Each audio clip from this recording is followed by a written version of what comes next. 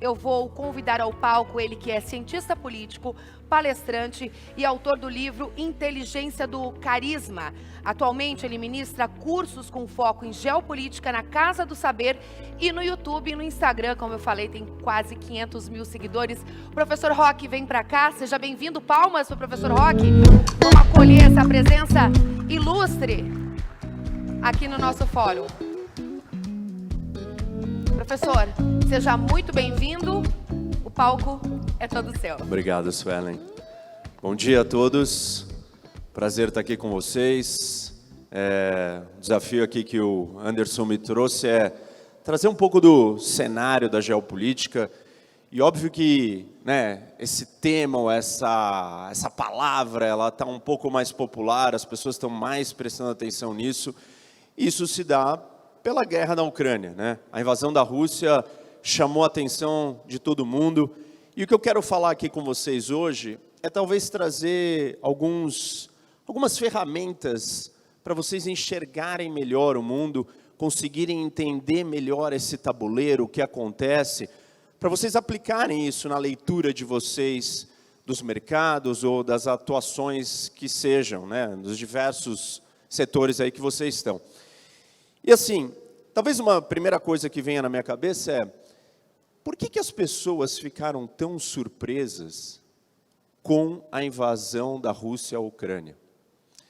E desde o começo, quando o Putin colocou as tropas dele ali na fronteira, eu falei, ele vai invadir. Todo mundo, imagina, Roque, você está louco, como vai invadir?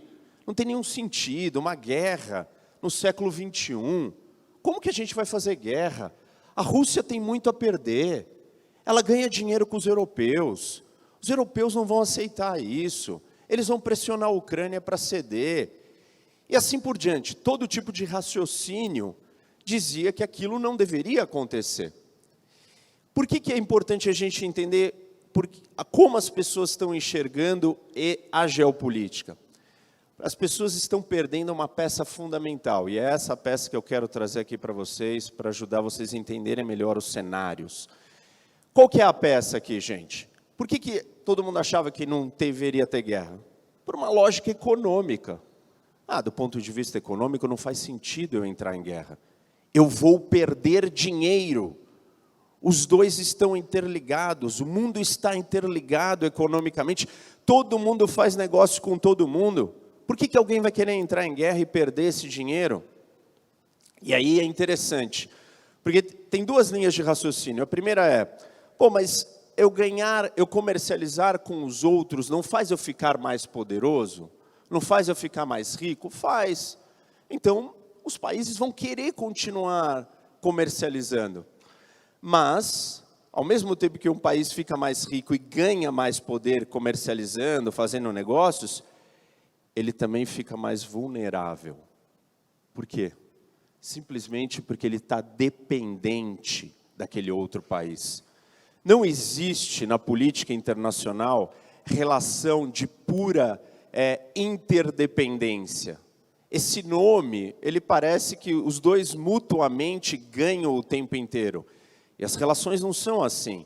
As relações não são sempre relações de cooperação. Uma relação de negócios, ela é uma relação de cooperação, os dois estão ganhando. Você está comprando, o outro está vendendo, você compra porque você precisa, o outro vende porque ganha dinheiro. Está tudo certo. Qual é a diferença disso daqui? Aqui nós não temos relações de cooperação apenas, nós temos relações de competição. E isso muda todo o cenário.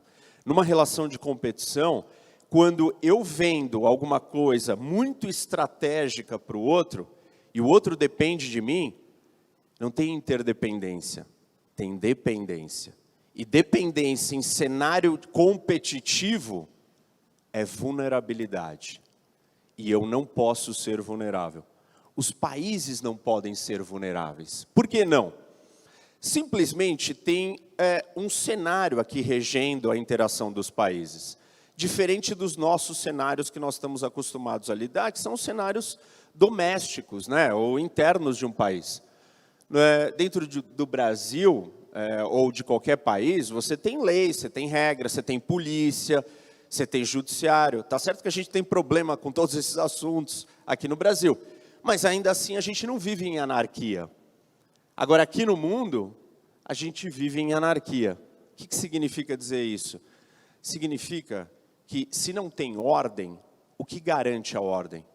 Eu ser forte, ser poderoso, eu acumular mais força.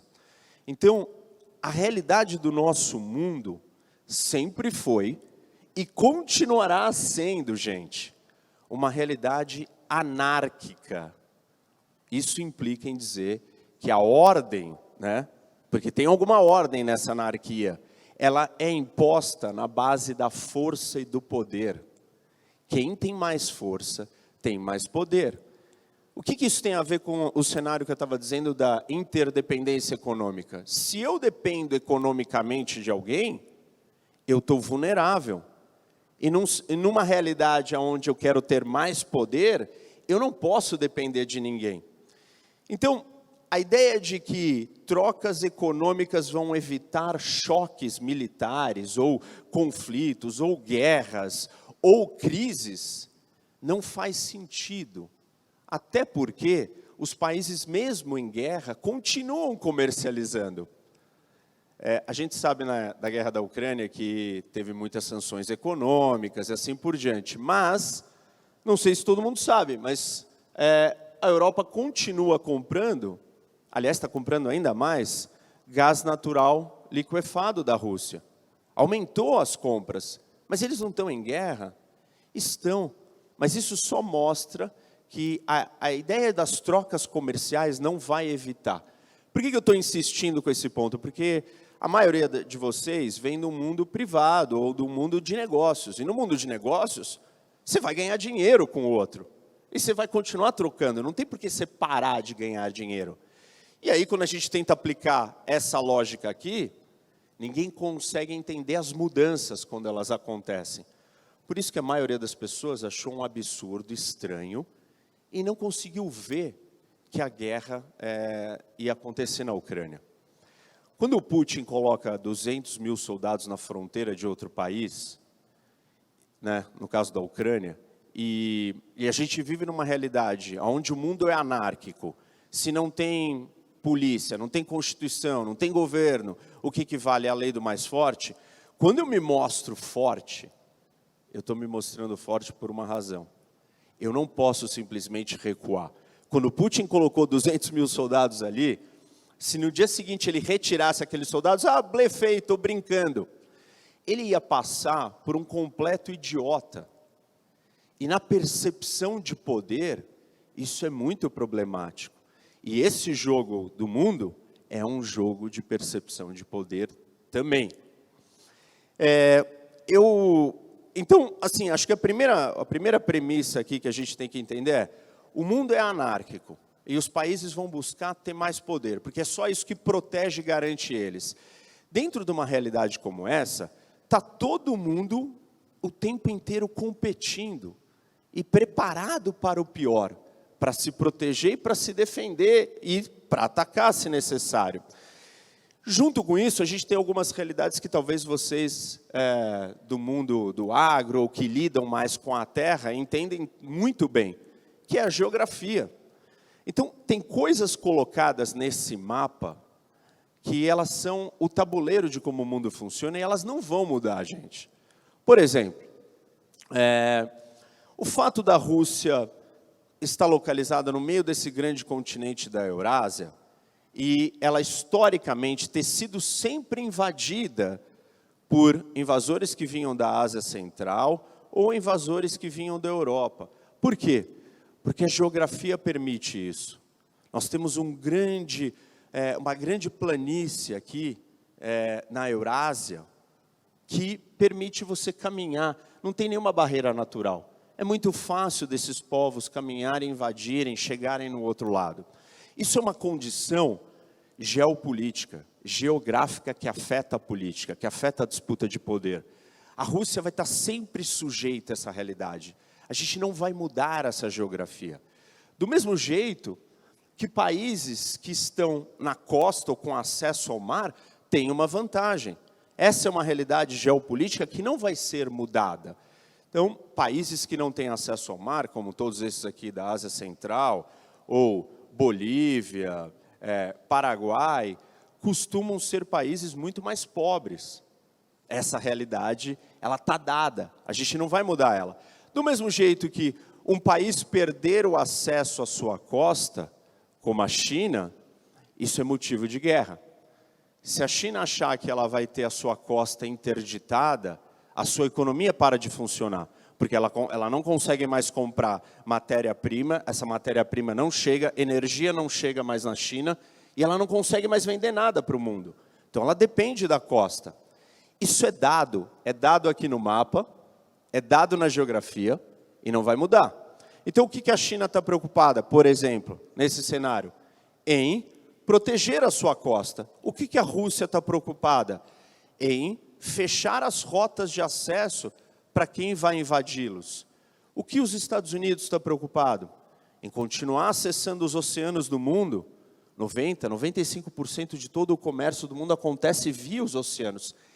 Esses elementos que eu estou aqui colocando para vocês, eles são elementos que vão continuar existindo, simples e puramente.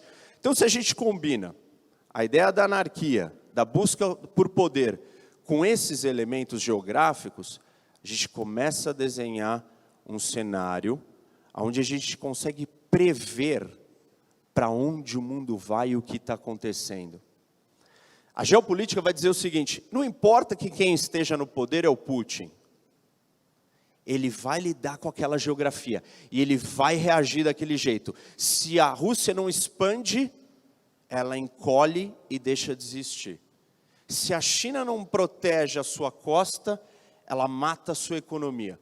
Se os Estados Unidos não controlam o acesso das rotas marítimas, ele perde a sua projeção e acesso a todo o planeta.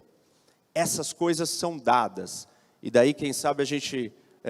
posso falar os próximos metade aqui do meu tempo, no desdobramento dessas realidades. Então, assim, eu não quero falar muito da guerra da Rússia e da Ucrânia, que já é um assunto que está andando. Mas eu quero falar um pouco aqui da China. Se é importante para a China ter o acesso à costa, como que ela poderia perder esse acesso? Existe uma linha que desce aqui do Japão, passa por Okinawa, passa por Taiwan e chega na Filipinas e se fecha aqui na Indonésia. Isso chama a primeira cadeia de ilhas. E essa é uma estratégia dos Estados Unidos para conter a influência chinesa. Ela é uma cópia da estratégia que os americanos usaram contra a União Soviética, que era chamada estratégia de contenção. E contra a União Soviética a ideia é o seguinte: quem controlasse, a geopolítica nos ensina que quem controlasse esse grande território do meio do mundo, chamado Eurásia, poderia controlar o mundo. Por quê? Porque é o maior território. Se vocês pensarem bem, esse é o maior continente que tem. E aí você vai acumular tanta riqueza aqui dentro, você vai estar dentro de uma fortaleza. E daqui você vai sair para controlar o mundo. Então, os americanos naquele momento tinham que evitar que a União Soviética controlasse a Eurásia por completo, para ela não dominar o mundo. Como que eles fizeram isso? Bom, se a gente perder a Eurásia inteira, ela não pode chegar nos oceanos. E a estratégia de contenção foi, a Rússia não pode ter acesso ao mar. Vamos fechar aqui. Põe a Turquia para dentro da OTAN, fecha o estreito do Mar Negro com o Mediterrâneo. A Rússia, mesmo que ela tenha acesso no Mar Negro, ela vai ficar presa nesse mar fechado. Põe a Noruega e a Dinamarca para dentro da OTAN, fecha o estreito do Báltico e ela não consegue sair daqui, São Petersburgo ou Kaliningrado, ela não consegue atravessar e chegar nos oceanos do mundo. Ah, mas tem o outro lado. Bom, esse outro lado aqui é a Sibéria, Vladivostok, o mar congela, 4 meses do ano, não tem o que fazer. Essa estratégia deu aos americanos a possibilidade de conter a União Soviética para que a União Soviética implodisse por dentro e eles ganhassem a guerra e mantivessem o seu domínio no mundo. Trazendo essa estratégia para a China, eles criaram essa linha aqui, que é uma linha capaz de estrangular e fechar a costa da China. E aí, o que a China quer fazer? Ela precisa romper essa linha. qual é o ponto estratégico mais central dessa linha? Taiwan. Essa ilhazinha aqui no meio, ela é um grande porta-aviões estacionado. Uma vez que você rompe esta ilha, você rompeu o cerco de bloqueio que os americanos podem fazer à costa chinesa. E aí sim a China está livre para acessar os oceanos do mundo. Esse é o primeiro problema que a China tem. Ela vai confrontar querendo controlar Taiwan. Os Estados Unidos não vão querer deixar, e aí a gente tem um grande cenário, talvez parecido com a da guerra da Ucrânia. Outra alternativa que a China está usando, a nova Rota da Seda. Já que ela não pode sair pelo mar, ela resolveu reativar historicamente os caminhos como ela chegou ao comércio do mundo, que é por terra. Então, toda uma infraestrutura construída aqui na Ásia Central, Oriente Médio, pela Rússia, chegando à Europa, chegando ao Mediterrâneo, e é um dos maiores projetos de infraestrutura da história da humanidade. E isso é para ela driblar essa dependência. Por exemplo, construir um porto aqui no Paquistão. E quando o petróleo sai do Irã ou da Arábia Saudita, ele já para nesse porto no Paquistão e por oleoduto ou gasoduto ele chega dentro da China. Não tem que atravessar pelo mar, não tem que atravessar o Estreito de Malaca e não tem que tentar furar o bloqueio possível naval americano. Tudo isso daqui está dado, gente. Essa linha de bloqueio à costa chinesa, ela não começou a ser construída ontem.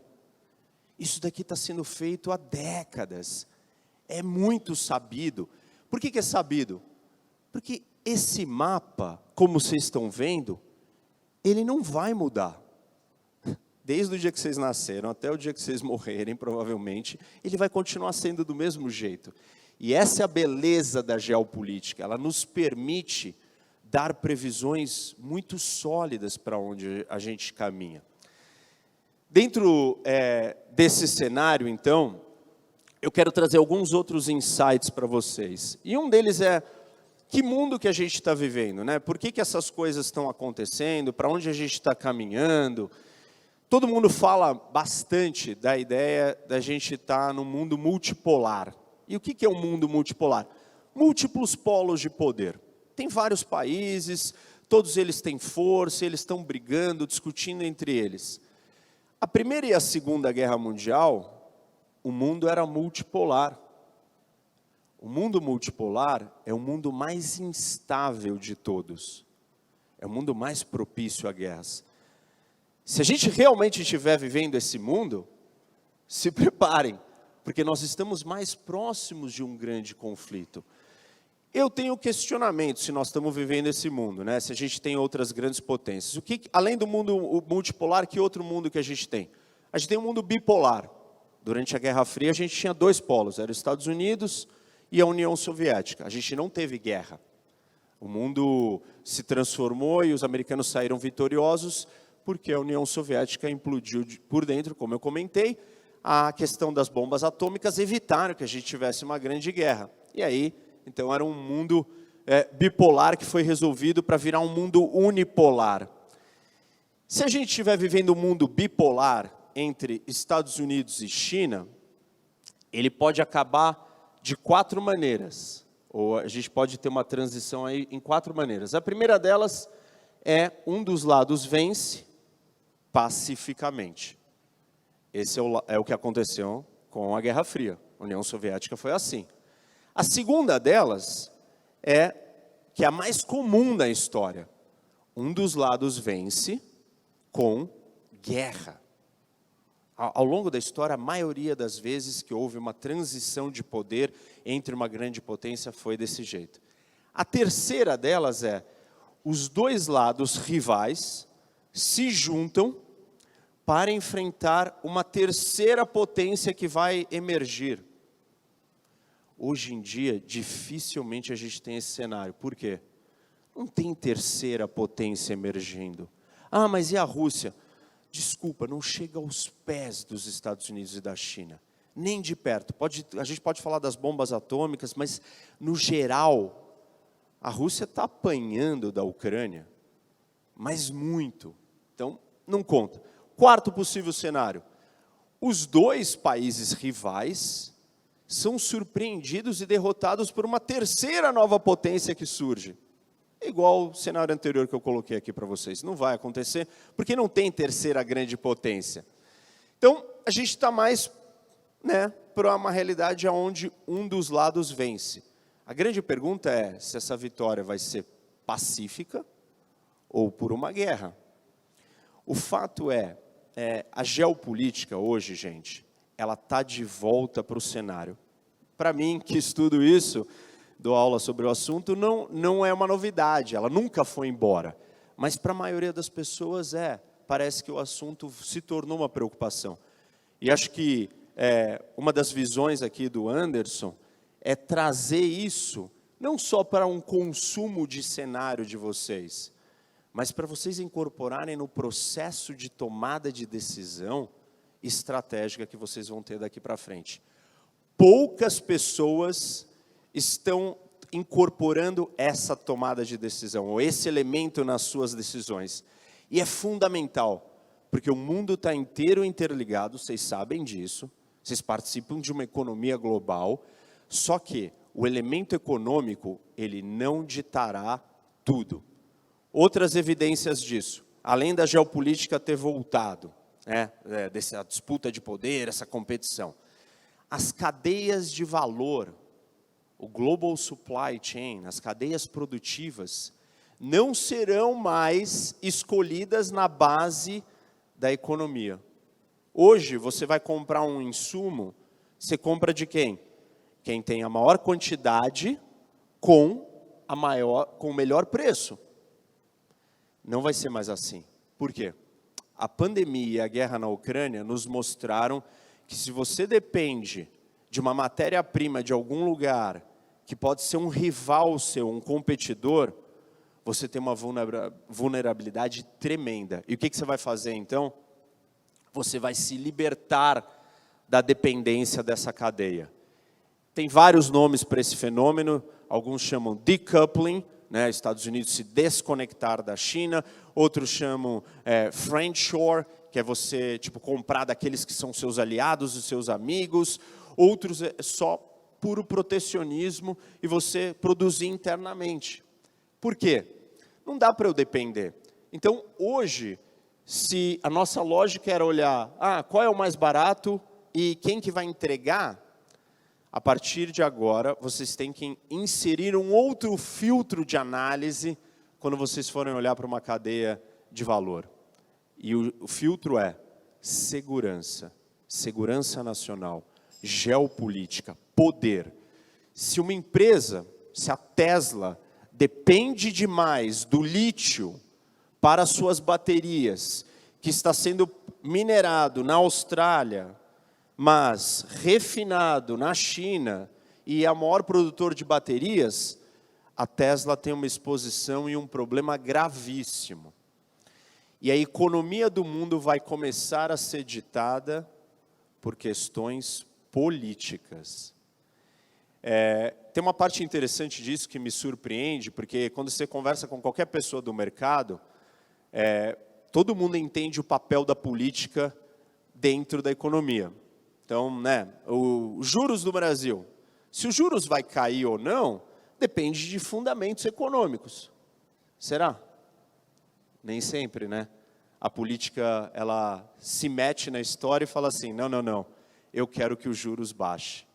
A gente sabe as consequências disso, mas esse pensamento é muito óbvio para nós que moramos no Brasil. É esse pensamento que eu quero que vocês adotem para quando vocês forem olhar para o mundo. Cada decisão, cada negociação, ela vai ter um elemento geopolítico de filtro daqui para frente. Os americanos estão fazendo de tudo para incentivar certas indústrias internas, que são críticas e estratégicas, ao mesmo tempo que vão bloquear e vão proibir a dependência de certas outras atividades comerciais. E a Europa também. Tem inúmeros exemplos disso. O movimento para impedir que a Huawei chinesa instale a sua base 5G pelo mundo. Esse é um movimento não econômico, é um movimento geopolítico, e esses movimentos vão se estender cada vez mais. Então, esse é um outro elemento. Então, eu trouxe aqui, ó, a volta da geopolítica tradicional. Nunca foi embora, mas agora vocês perceberam que ela está aqui com força total. Cadeias de valor vão ser ditadas por relações de segurança nacional e poder. 3. Mudanças climáticas vão acelerar e obrigar os países a tomarem decisões que às vezes vão complicar eles estrategicamente. Por exemplo, todo mundo fala muito da concentração de poder que o Oriente Médio tem na questão energética. E aí, com a transição para energias limpas, muitos dizem o seguinte: não teremos mais esse problema. Vamos se livrar dessa geopolítica. Será? Acabei de comentar com vocês, 55% da produção, extração de lítio do mundo está concentrada na Austrália.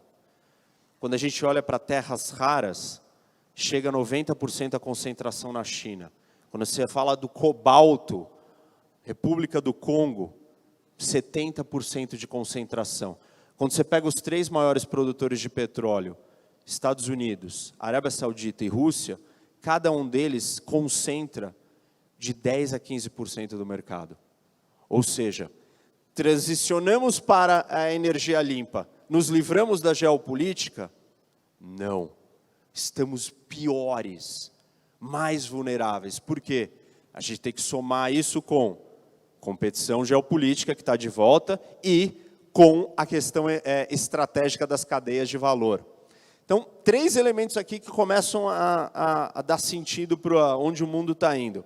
Eu quero trazer um 4º elemento problemático e preocupante, que é a questão da proliferação nuclear, que é países desenvolvendo bombas atômicas. Um dos cases aqui de atenção para nós é o Irã, que tem um programa nuclear, está desenvolvendo esse programa. Nós estamos há anos, décadas lidando com essa crise, está chegando num momento crítico, porque pode ser que o Irã tenha a bomba. Qual é o problema do Irã ter a bomba? Não é que ele necessariamente vai usar, mas no dia seguinte que ele tiver a bomba, a Arábia Saudita vai também procurar ter a sua bomba, o Egito também, a Turquia também. Esse lugar aqui já é instável, daqui ainda sai grande parte da produção e da determinação dos preços de combustível no mundo. Então, nós temos uma potencial crise seríssima e isso, obviamente, que não termina aí, porque nós estamos falando de bombas atômicas. Esse é um outro cenário, um outro fator que vai afetar muito para onde o mundo caminha. Eu quero encerrar aqui, faltam 2 minutos, eu só quero amarrar essas ideias todas, então, e aí dizer para vocês o seguinte: talvez a próxima década, essa é a minha leitura e de muitos outros aí que estudam isso a fundo, vai ser a década mais perigosa do mundo desde a Segunda Guerra. Isso significa que nós estamos caminhando para choques inevitáveis. E talvez na nossa vida, a gente não viu esses choques e pode achar surpreendente. Mas historicamente, essas transições sempre foram desse jeito. Quando você tinha o Império Holandês dominando o mundo, ele não saiu dessa posição de domínio pacificamente. Os ingleses, os alemães, os japoneses, os otomanos, a maioria das vezes na história do mundo, quando você teve uma transição nessa ordem mundial, ela foi através de guerras. Nós tivemos um período curto, e aí eu estou falando desde o fim da Guerra Fria, no começo dos anos 90, até agora, 2023, onde supostamente a gente estava em paz.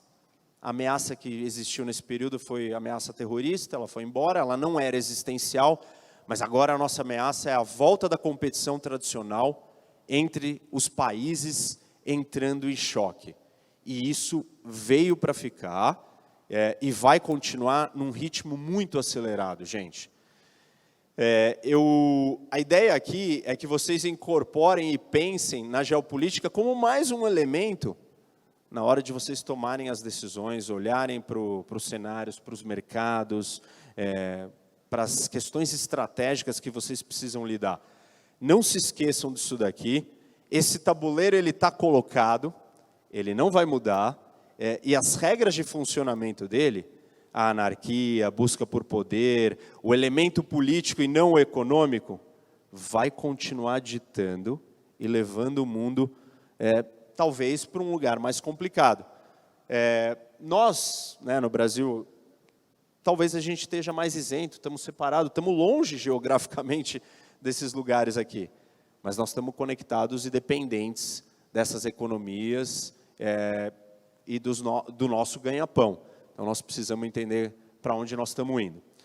Eu acho que a gente pode continuar essa conversa aí quando viemos para o painel, abrir para perguntas. E aí eu estou à disposição para a gente aprofundar em algum desses temas que vocês quiserem mais. Obrigado.